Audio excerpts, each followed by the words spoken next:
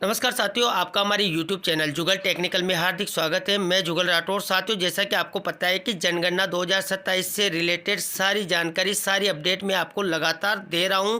इस वीडियो में हम बात करेंगे जनगणना कार्य आप कर रहे हैं, ऐप के माध्यम से कर रहे हैं, उसमें आपको जो लाइन क्रमांक देना है या भवन नंबर देना है, जनगणना मकान नंबर देना हो, जनगणना मकान की पहचान करना हो, परिवार क्रमांक देना हो, साथ ही आपको जो अपेक्षित भवन और अपेक्षित जनगणना मकानों की संख्या बननी है, इसको लेकर भी पूरी जानकारी क्या है, यानी कि पूरी जानकारी मैं आपको इस वीडियो में देने वाला हूं। तो पूरा वीडियो देखिए।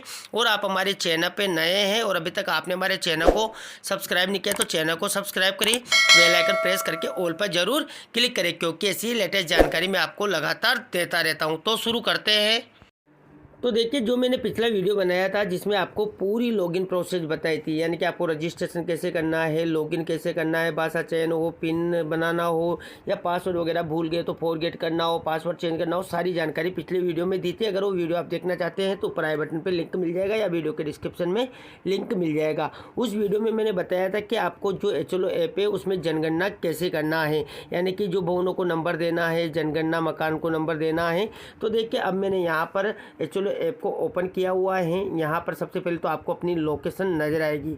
सबसे पहला काम आपको ये करना है कि अपनी HLB चुने, यानी कि आपको जिस HLB में कार्य करना है उस HLB को यहाँ पर सेलेक्ट कर लेना है। हो सकता है आपके 2 HLB हो, 3 HLB हो, एक है जब तो आपको ऑटोमेटिक यहाँ पर एक मिलेगी, लेकिन अगर मान लीजिए आपके 2 हैं या 3 हैं तो उस HLB को आपको यहाँ पर सेलेक्ट कर लेना है। ये काफ़ी इंपॉर्टेंट है, काफ़ी सारे साथियों की यहाँ पर ही समस्या आने वाली है, क्योंकि अगर उनके 2 या 3 HLB हैं तो वो जिस HLB में कार्य कर रहे हैं उसी HLB को यहाँ पर सेलेक्ट करेंगे। इसके बाद आपका लोकेशन विवरण आप जान लेंगे, राज्य संघ राज्य क्षेत्र है, जिला है, तहसील तालुका इत्यादि है, नगर गांव, वार्ड कोड और मकान सूची, ब्लॉक नंबर, वो काफ़ी इंपॉर्टेंट है, उसको जांच लें।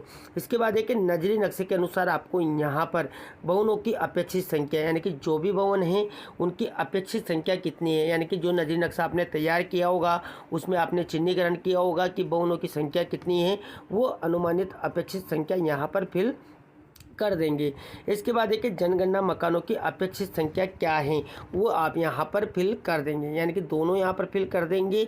और देखिए, नीचे आपको एक ऑप्शन मिलता है मकान सूचीकरण कार्य, इस पर क्लिक कर देंगे। इसमें आप चाहे तो बाद में भी चेंजेज वगैरह कर सकते हैं, ये चालू रहेगा। जब आप यहाँ पर शुरू करेंगे तब आपको वापस यही स्क्रीन नज़र आएगी। अगर मान लीजिए इसमें आप सर्वे करते हैं, उसके दौरान कुछ चेंजेज वगैरह हो जाता है भवनों की संख्या में या जनगणना मकानों की संख्या में, तो उसको आप यहाँ पर चेंज करके दोबारा से यहाँ पर मकान सूचीकरण कार्य शुरू कर सकते हैं। अब देखिए, मकान सूचीकरण कार्य पर आपने क्लिक किया तो देखिए आपको यहाँ पर बताएगा मकान सूचीकरण ब्लॉक नंबर आपको पहले ही चेक कर लेना है।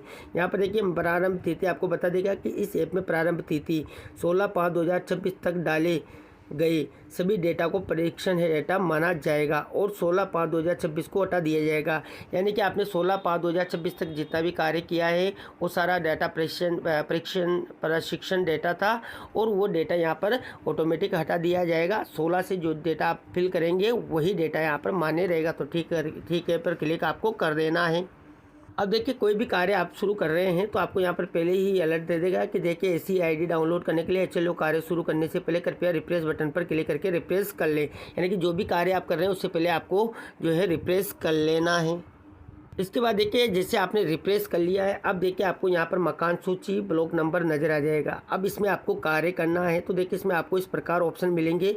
मकान सूची की प्रविष्टि, डेटा अपडेट करें, पहले से सिंक किए गए डेटा को संशोधित करें, सारांश देखिए, सिंक करें, पूर्ण रूप से चिन्हित करें, ये सारे ऑप्शन आपको यहाँ पर मिल जाएगा।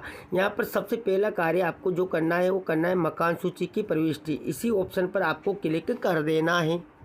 अब देखिए, जैसे आपने क्लिक किया तो यहाँ पर देखिए HLO डेटा भरने के पश्चात गोपनीय, यानी कि जब भरेंगे तो उसको आपको गोपनीय रखना है। अब देखिए, यहाँ पर सबसे पहले आपको लाइन क्रमांक के वो नज़र आते हैं। देखिए, यहाँ पर 001 इस प्रकार लाइन क्रमांक नज़र आएंगे। इसमें आप कोई परिवर्तन नहीं कर सकते। अगर डिलीट आप कर देते हैं तो ये लाइन क्रमांक दोबारा से आपको नहीं मिलेगा। यानी कि इस प्रकार लाइन क्रमांक है। और मैं आपको इसको पूरी जानकारी आगे देने वाला हूँ कि लाइन क्रमांक किस प्रकार होंगे, भवन नंबर हो, जनगणना नंबर हो। देखिए, भवन नंबर, नगर पालिका या स्थानीय प्राधिकरण या जनगणना संख्या यहाँ पर आपको दर्ज करनी है, चुननी है। देखिए अगर आप फर्स्ट बार कर रहे हैं तो आपको यहाँ पर फिल करना होगा, लेकिन जब आप बाद में करेंगे तो ऑटोमेटिक आपको यहाँ पर प्रीवियस डाटा भी मिल जाता है। यदि वो नंबर समान है तो दोहराए बटन को दबाएं, यानी कि वही वो नंबर अगर आप दोबारा से लेते हैं तो यहाँ पर दोहराए वाला ऑप्शन आपको एक्टिव मिल जाएगा, तो यहाँ पर इसको क्लिक करके दोहरा सकते हैं। इसके बाद देखिए जनगणना मकान नंबर, जनगणना मकान नंबर आपको फिल करना है। जो भवन है उसमें कितने जनगणना मकान है उन सबको आप यहाँ पर फिल कर सकते हैं। और देखिए नीचे आपको ऑप्शन मिलेगा हटाई और नया का ऑप्शन भी मिल जाता है। एक बार देखिए मैं आपको बता देता हूँ वो नंबर कैसे देना है, जनगणना मकान नंबर वगैरह कैसे देना है। देखिए पूरी जानकारी। तो देखिए मैं आ गया हूँ पूरे दिशा निर्देश में, जिसमें आपने लोकेशन देखा था। तो लोकेशन में यही ध्यान रखना है, लोकेशन विवरण नियुक्ति पत्र के अनुसार आपका होना चाहिए, यानी कि आपको जो नियुक्ति पत्र मिला है उसके अनुसार होना चाहिए। अब बात करते हैं लाइन क्रमांक की, ये काम पे इम्पोर्टेंट है। देखिए यहाँ पर जो आप लाइन क्रमांक की यह 001 से प्रारंभ होकर एक लगातार बढ़ता हुआ क्रमांक होगा, यानी कि इसमें कोई चेंजेज वगैरह नहीं होगा। 001 होगा तो इसके बाद 002, 003 इस प्रकार से आपको लगातार बढ़ता हुआ क्रमांक मिलेगा। लाइन क्रमांक एक रिकॉर्ड को प्रदर्शित करता है, यानी कि एक रिकॉर्ड है आपका, इसको ये प्रदर्शित करेगा।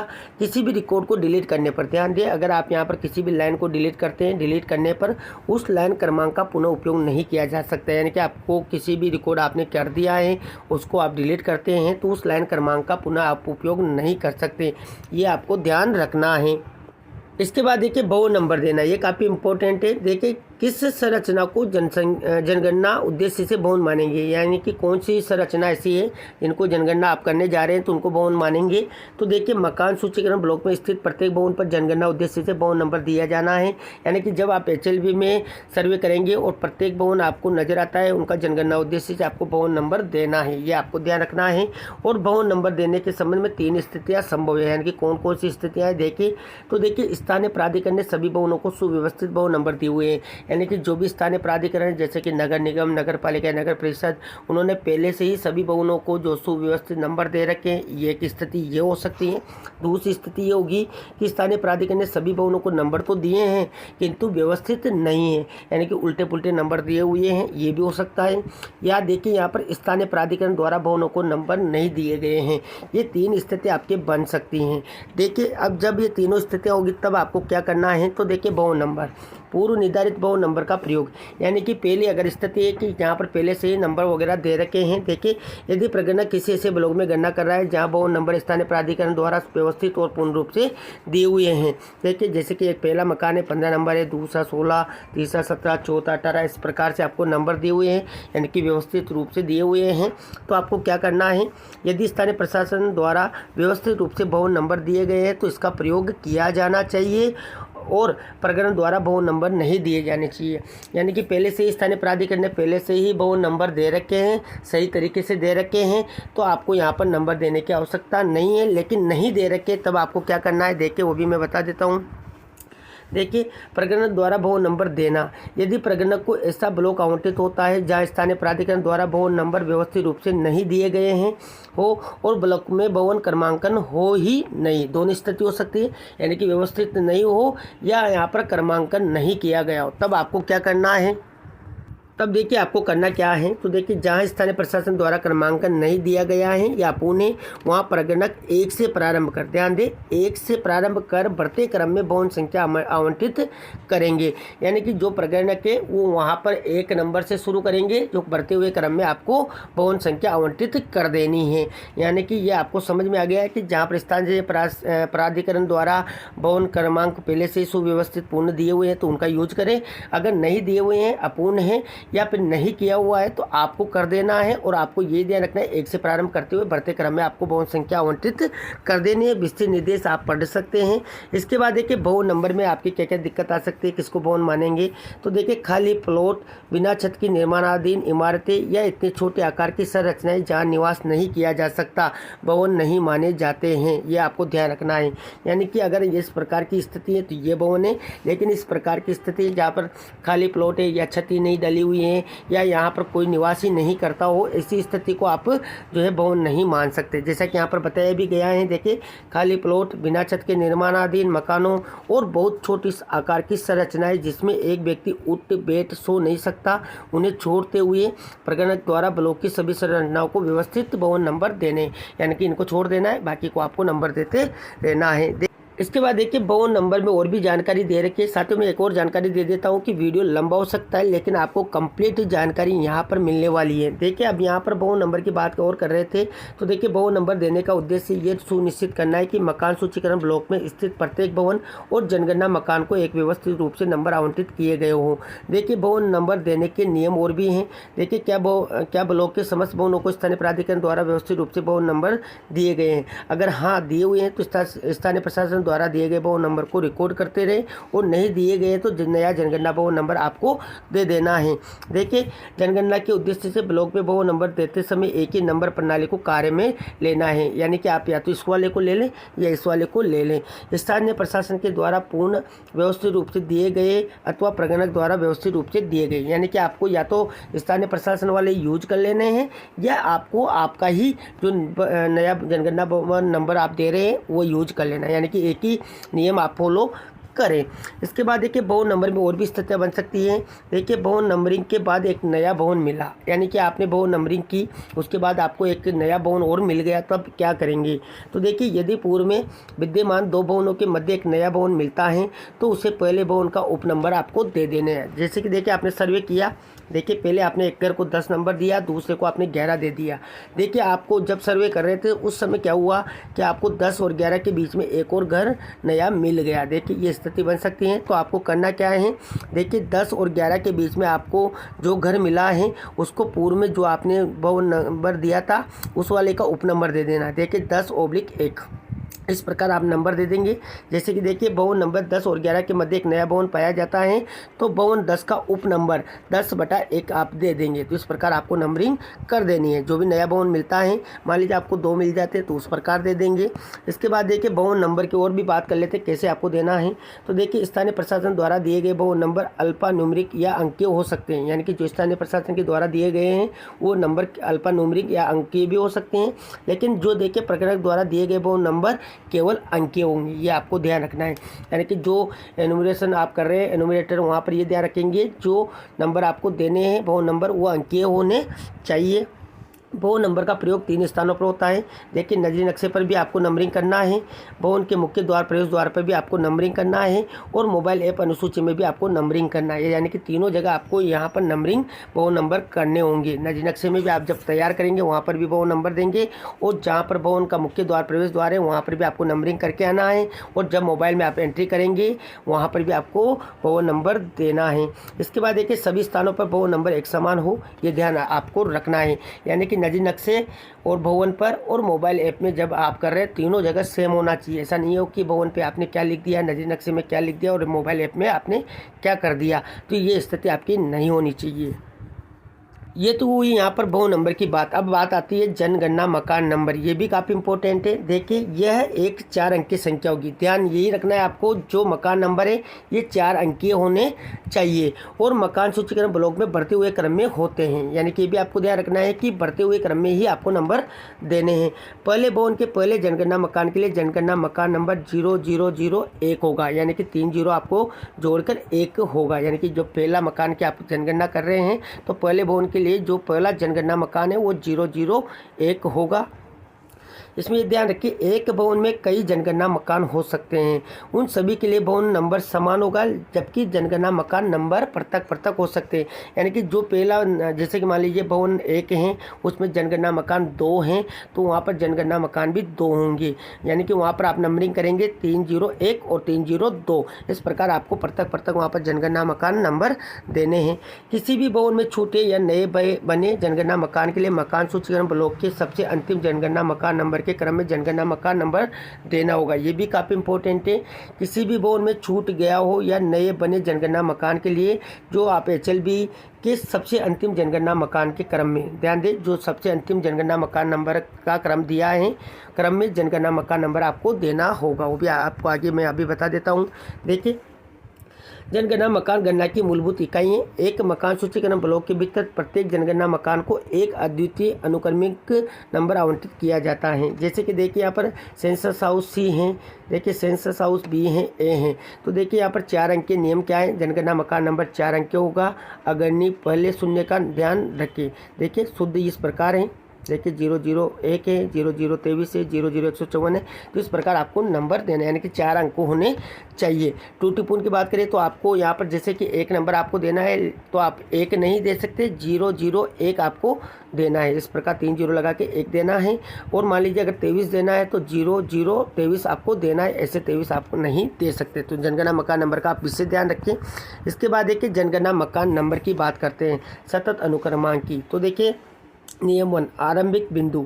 मकान सूचीकरण ब्लॉक के प्रथम जनगणना भवन के प्रथम जनगणना मकान को जनगणना मकान संख्या ये दी जाएगी, जैसा कि मैंने आपको ऊपर बता दिया।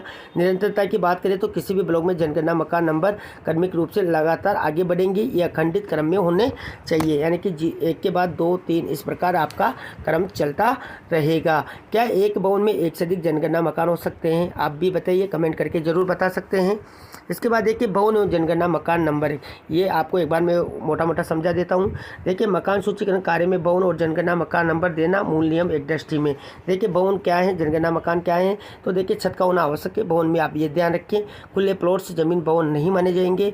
स्थानीय प्राधिकरण द्वारा दिए गए भवन नंबर का प्रयोग यदि व्यवस्थित और पूर्ण हो तो कर सकते हैं। यदि प्रशासन द्वारा नंबर नहीं दिए गए हो तो व्यवस्थित प्रकार से भवन नंबर आप दे सकते हैं। देखिए गणना के समय मिले नए भवन को उपनंबर दिया जाना है, जैसा कि मैंने आपको ऊपर ही बता दिया है। जनगणना मकान की बात करें तो ये 4 अंकों का नंबर होता है, जैसा कि मैंने आपको भी बताया है। पूरे ब्लॉक के लिए एक ही निरंतर क्रमिक नंबर है। प्रत्येक ब्लॉक में सदैव 001 से आरंभ होता है और क्रमिक रूप से आपको आगे बढ़ते रहना है। भवन 1 का प्रथम मकान 0001 होना चाहिए। नवनिर्मित भवन हो, देखिए 10/1 में स्थित जनगणना मकानों को ब्लॉक के अंतिम जनगणना मकान संख्या के बाद की जनगणना मकान संख्या दी जाएगी, यानी कि जो आपने नवनिर्मित भवन है ये वाला, इसमें जनगणना मकान है तो आपको जो अंतिम जनगणना मकान है उसके बाद की संख्या देनी है। जैसे कि मान लीजिए उदाहरण के रूप में 154 है, 155 है, तो आपका जो भी अंतिम क्रमांक है वो आप दे देंगे। तो ये भी आपको ध्यान रखना है। इसके बाद देखिए क्वेश्चन नंबर 4 से जो आगे के सवाल है थोड़े से आसान है। इसका मैंने पहले ही जो सेल्फ एनुमरेशन वाला वीडियो बनाया था उसमें पूरी जानकारी दी थी जनगणना मकान के प्रश्न में प्रयुक्त सामग्रियाँ वगैरह की। देखिए और भी क्या स्थिति बन सकती है वो मैं आपको बता देता हूँ। इसके बाद जो नेक्स्ट वीडियो होगा जिसमें पूरी ऑनलाइन प्रोसेस किस प्रकार रहने वाली है, किस प्रकार आपको जो यहाँ पर सर्वे करना है, ऐप में करना है, वो पूरी जानकारी आपको नेक्स्ट वीडियो में मिलने वाली है। तो देखिए जनगणना मकान के बाद आपको जो सबसे इम्पोर्टेंट सवाल आता है वो है कि जनगणना मकान के उपयोग का पता कैसे लगाएं। तो देखिए यहाँ पर जनगणना मकान का उपयोग किसके लिए हो रहा है ये काफ़ी इंपॉर्टेंट है, इसका आपको पता लगाना है। तो देखिए यहाँ पर कोड दिए गए, इनको आप अच्छे से देख लें।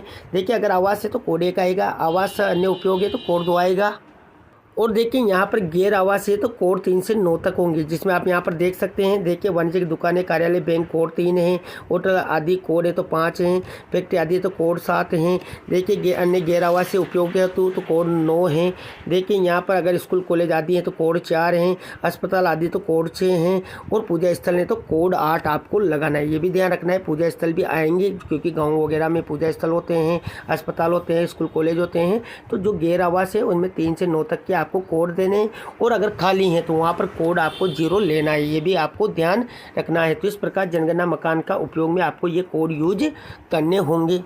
तो देखिए यहाँ पर कोड वगैरह इस प्रकार आप लगा लेंगे। इसके बाद देखिए यहाँ पर जो कोड की स्थिति है, देखिए 1 से 9 तक कोड है, खाली के लिए 0 है। और देखिए यहाँ पर जो एक और महत्वपूर्ण जानकारी मैं आपको बता देता हूँ, जैसे कि ये स्थिति बन सकती है बिल्डिंग ए और बिल्डिंग 2 वाली भी। इसके बाद देखिए जो मंदिर वगैरह हैं तो ये भी यहाँ पर स्थिति बन सकती है। आवास मंदिर की बात करें तो जनगणना मकान के बाहर वाले कक्ष में मंदिर और अंदर पीछे वाले कक्ष में पुजारी का निवास या पुजारी के निवास का स्वतंत्र प्रवेश द्वार नहीं है, तो ये भी स्थिति बन सकती है। इसके बाद देखिए फैक्ट्री है, वर्कशॉप वाली स्थिति भी बन सकती है, इसको आप रीड कर सकते हैं। देखिए और भी यहाँ पर काफ़ी सारी स्थितियाँ वगैरह बन सकती हैं। देखिए यहाँ पर ये भी होगा। देखिए एक और मैं जानकारी बता देता हूँ, जैसे कि जनगणना मकानों के प्रकार।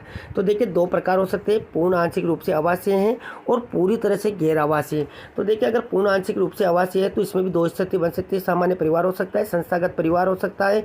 सामान्य परिवार होगा तो 1 से 34 तक के मकान सूची के कॉलम आपको फिल किए जाएंगे, और संस्थागत परिवार है तो कॉलम नंबर 1 से 11 तक मकान अनुसूची के कॉलम हैं। देखिए अगर पूरी तरह से गैर आवासीय हैं तो देखिए कॉलम नंबर 1 से 7 तक मकान अनुसूची है। तो इस प्रकार यहाँ पर इसका पता आप लगा सकते हैं। इसके बाद देखिए जनगणना मकान की स्थितियाँ वगैरह हैं वो आप देख सकते हैं। इनकी भी जानकारी मैंने पिछले ही आपको वीडियो में जो सेल्फ एनुमरेशन वाला था उसमें दी हुई थी, और पूरी जानकारी आपको मैं जो नेक्स्ट वीडियो आने वाला है जिसमें ऑनलाइन प्रोसेस करनी है उसमें पूरी जानकारी एक एक सवाल की मैं आपको देने वाला हूं। अब देखिए यहाँ पर जो 9वां सवाल है परिवार क्रमांक देना, ये काफ़ी इंपॉर्टेंट है। जब देखिए जब जनगणना मकान को पूर्ण रूप से या आंशिक रूप से निवास के रूप में उपयोग किया जाए तो उसमें निवास कर रहे परिवार को परिवार क्रमांक आवंटित किया जाता है, ये आपको ध्यान रखना है। सभी सामान्य परिवारों को 001 से शुरू कर बढ़ते हुए क्रम में नंबर दिए जाते हैं। यदि एक ही जनगणना मकान में एक से अधिक परिवार हो तो सभी के लिए जनगणना मकान एक समान रहेगा, जबकि इस जनगणना मकान के परिवारों को बढ़ते हुए क्रम में परिवार क्रमांक दिए जाएंगे। यानी कि आप एक जनगणना मकान में एक से अधिक परिवार हैं तो सभी के लिए जनगणना मकान एक समान रहेगा, ये आपको ध्यान रखना है। जबकि इन जनगणना मकान के परिवारों को बढ़ते क्रम में आपको क्रमांक देना है, जैसे कि 1 है, 2 है, 3 है, तो इस प्रकार आप उन परिवारों को क्रमांक दे देंगे। और सभी संस्थागत परिवारों के लिए कोड समान होता है 999, आपको ये ध्यान रखना है। तो ये थी साथियों यहाँ पर जो आप एचओएल ऐप पर जनगणना कार्य कर रहे हैं या आप नदी नक्शा तैयार कर रहे हैं या आप फील्ड में भवन नंबर वगैरह दे रहे हैं, जनगणना मकान नंबर दे रहे हैं, तो आपको जो मैंने यहाँ पर जानकारी बताई कि लाइन क्रमांक किस प्रकार देने, भवन नंबर किस प्रकार देने, जनगणना मकान हो या परिवारों के नंबरिंग देना हो या जनगणना मकान का पता लगाना हो, सारी जानकारी स्टेप बाय स्टेप मैंने आपको इस वीडियो में देने का प्रयास किया। आपको हमारी जानकारी कैसी लगी? जानकारी अच्छी लगी तो लाइक करें, शेयर करें, और अभी तक आपने हमारे चैनल को सब्सक्राइब नहीं किया तो चैनल को सब्सक्राइब करें। और जो नेक्स्ट वीडियो होगा जिसमें आपको पूरी ऑनलाइन प्रोसेस में बताऊंगा कि किस प्रकार आपको सर्वे ऐप पर करना है।